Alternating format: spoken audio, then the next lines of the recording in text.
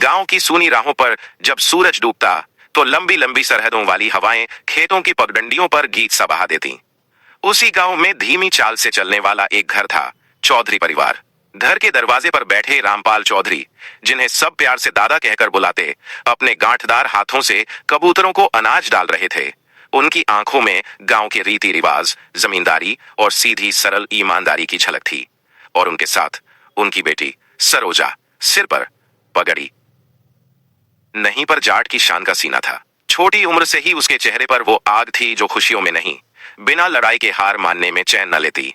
बेटी, पढ़ लिख कर घर संभालना, शादी कर लेना, दादा कहते। पर सरोजा की आंखों में एक अलग ख्वाब था। उसने बचपन में जब अपने स्कूल का रास्ता तय किया, तब देखा था कि गांव के कुछ गुंडे दूसरे बच्चों और किसानों को डराते धमकाते हैं। एक दिन उन्हीं गुंडों ने गांव के एक किसान का ट्रैक्टर तोड़ दिया। जब पुलिस आई तो रिपोर्ट लिखने के बाद भी कोई काम नहीं हुआ। सरोजा ने देखा कि कानून की बात गांव की ढाई बातों में खो जाती है। उसके अंदर एक आवाज उठा, अगर थानेदार सही हो तो ताकतवर भी डरेंगे और गरीब भी न्याय पाएंगे। तभी से उसका मन तय हो गया, बनूंगी थानेदार। लोग हंसे, लड़कियां क्या थानेदार बनती हैं? दादा के दोस्त बोले तो दादा ने सिर हिलाया, पर कहीं से आंखों में गर्व चमका। घर का माहौल बदल गया। सरोजा ने सुबह शाम दौड़ना शुरू किया, फिटनेस की कसरत की, समाचार पत्र पढ़कर कानून की बातें समझी, शहर के थाने में जाकर रिकॉर्डर पर बैठकर केस फाइलें पढ़ी। गांव के अध्यापक ने कहा, तेरी पढ़ाई अच्छी है पर यह रास्ता आसान नहीं। पर सरोजा की जिद और जाट की हिम्मत मिलकर हर मुश्किल को चुनौती दे रही थी। वर्ष बीते, सरोजा ने पुलिस की लिखित परीक्षा पास की, शारीरिक टेस्ट भी टॉप किया।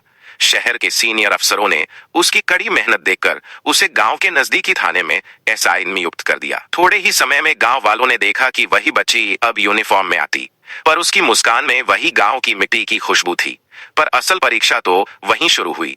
गुंडों का दल, जो खुद को अछूत समझते थे, ने यह तय कर रखा था कि गांव उनकी हेकड़ी में रहेगा। गांव पर नजर रखने वाला सबसे खतरनाक नाम था चंद्रपाल राणा।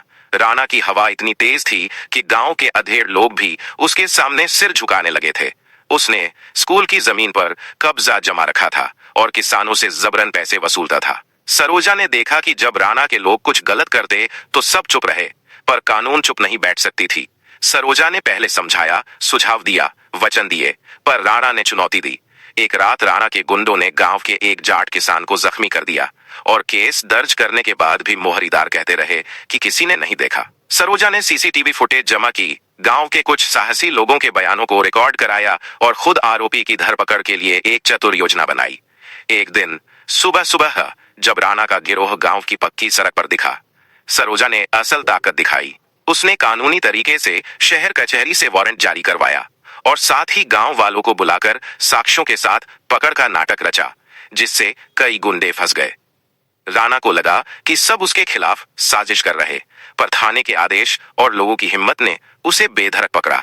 पकड़ते समय राणा ने गाली दी, धमकी दी, पर सरोजा ने कानून की गरिमा से काम लिया। गांव वालों की आंखों में घुंघराले आंसू थे, कुछ खुशी के, कुछ उस सुकून के जो न्याय मिलते ही आता है। जेल के दरवाजे पर राणा ने कहा, लड़की तू छोटी रह गई। पर सरोजा ने ठंडी आवाज में कहा, तुम्हें भी वही पढ़ानी है जो तुम्हारा अपराध है, सबक। उसकी आंखों में वह आग नहीं थी जो बदले की हो, बल्कि वह ठहराव था जो जिम्मेदारी की निशानी थी। समय बदला। गांव में 3 साल में सुरक्षा और शांति आई। स्कूल खुला, किसान बेचैन नहीं रहे और लड़कियां भी अब किसी सपना से डरने लगी तो नहीं, वे जिद करने लगी। दादा का सीना गर्व से फूल गया। उसने अपने सिर पर पगड़ी रखकर गांव के चौपाल में कहा, मेरी बेटी ने दिखा दिया कि जाट की बेटी की जिद अगर नेक हो तो समाज बदलती है। सरोजा ने तब समझा कि असली काम खत्म हुआ नहीं होता, यह तो एक शुरुआत है। हर रोज न्याय के लिए लड़ना पड़ता है। पर अब गांव के लोगों में आशा थी। कहानी का आखिरी दृश्य उस दिन का था जब सरोजा स्कूल के बच्चों के बीच बैठकर कहानियां सुना रही थी। बच्चों की आंखों में वही चमक थी जो कभी उसके अंदर थी। एक नन्ही लड़की उठकर बोली, मैडम मैं भी बनूंगी थानेदार। सरोजा ने मुस्कुराकर कहा, बन जाओगी, बस जिद अच्छी रखो, हिम्मत बड़ी रखो और कानून का आदर सीखो। दादा ने पास आकर उसकी पीठ थपथपाई। आंखों में कुछ नम था पर होठों पर सुकून था। और इस तरह जाट की बेटी की जिद ने गांव का पन्ना बदल दिया। जिद जब नेक हो और मेहनत से संग हो तो मुकद्दर भी झुक जाता है। राजस्थान की तपती दोपहरी थी। खेतों में काम करती औरतें सिर पर घूंघट डाले धूप से बचने की कोशिश कर रही थीं। दूर तक फैले खेतों में हवा के झोंके सरसराते और कहीं कहीं मोर बोल उठता। गांव के चौधरी रामपाल सिंह का घर सबसे ऊंचा और पुराना था।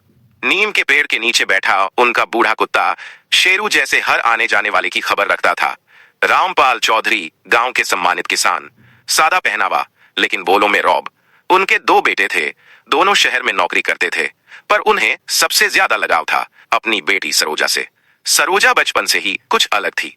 न गुड़िया से खेलना पसंद, न साड़ियों से। उसे पसंद था दौड़ना, पेड़ पर चढ़ना और माँ की साइकिल उठाकर खेतों तक जाना। माँ अक्सर हंसती, ए सरोजा तू तो बिल्कुल लड़कों जैसी है, और वह झट से जवाब देती, माँ लड़कियों को भी सब कुछ आना चाहिए, जब वक्त बदल जाए तो कोई कहे नहीं कि बेटी कमजोर है।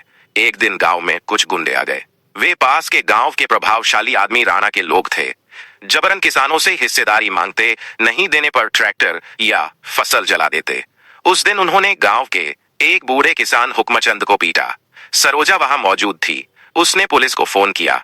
पुलिस आई, रिपोर्ट बनी, पर अगले दिन वही गुंडे फिर खुले घूम रहे थे। सरोजा की आंखों में आग भर गई। अगर पुलिस वाले डर जाएं तो इंसाफ कौन करेगा? उस दिन उसने ठान लिया, मैं खुद बनूंगी थानेदार। रामपाल चौधरी ने जब सुना तो वे भड़क उठे। लड़की होकर थानेदार, समाज क्या कहेगा? औरत की मर्यादा घर में होती है, यूनिफॉर्म में नहीं।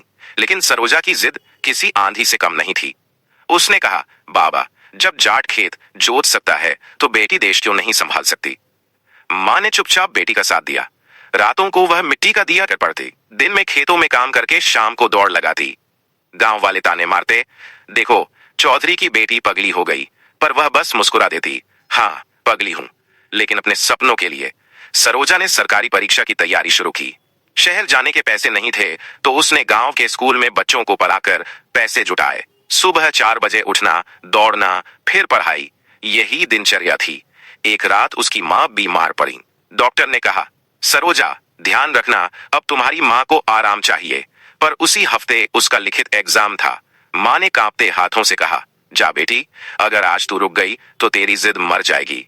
उसकी आंखों में आंसू थे पर दिल में आग थी। वह परीक्षा देने गई और पूरे जिले में टॉप कर गई। दिन आया जब उसे नियुक्ति पत्र मिला। Sub inspector Saroj Chaudhary. वह दिन चौधरी परिवार के लिए इम्तिहान से कम नहीं था। गांव के लोग देखने आए, अरे रामपाल की बेटी थानेदार बन गई। रामपाल चौधरी ने पहली बार बेटी की ओर देखा और कहा, बेटी तूने वो कर दिखाया जो बेटे भी ना कर सके। गांव की गलियों में उस दिन ढोल बजा। सरोजा ने जब पहली बार खाकी यूनिफॉर्म पहनी तो उसकी आंखों में वही सवाल चमक रहा था, क्या अब गांव सुरक्षित होगा? उसका पहला पोस्टिंग गांव के नजदीकी थाने में हुआ, लेकिन वहां पहले से ही राणा का दबदबा था। वही आदमी जिसने बचपन में गांव में डर फैलाया था। राणा अब बड़े स्तर का गुंडा बन चुका था। पुलिस वाले भी उससे आंख मिलाने से डरते। सरोजा के आते ही उसने धमकी भेजी, थानेदारनी बन गई है पर कानून यहाँ में। सरोजा ने जवाब भेजा, अब कानून की आंख खुल चुकी है राणा। एक रात खबर आई, राणा के आदमियों ने सरकारी स्कूल की जमीन पर कब्जा कर लिया। सरोजा ने तुरंत कार्रवाई की। थाने की जीप लेकर मौके पर पहुंची। गुंडे हंसने लगे, अरे लड़की आई है, घर जा। पर सरोजा ने डंडा उठाकर जमीन पर ठोक दिया, ये सरकारी जमीन है, अब कोई आगे बढ़ा तो गोली चलेगी। गांव के लोग चुपचाप देख रहे थे। किसी ने ऐसा नजारा पहले नहीं देखा था। राणा के लोग पीछे हटे। सरोजा ने बुलडोजर बुलाया और जमीन खाली कराई। उसी दिन शाम को राणा ने उसे फोन किया, बहुत हिम्मत है तुझ में, लेकिन ज्यादा दिन नहीं टिकेगी। उसने हंसकर कहा, जो जाट की बेटी है वो डरने नहीं आई। कुछ हफ्ते बाद राणा ने बदला लेने उसने सरोजा के खिलाफ झूठी शिकायतें लगाईं, अफवाहें फैलाई कि वह गांव वालों को परेशान करती है। मीडिया में भी खबरें आने लगीं।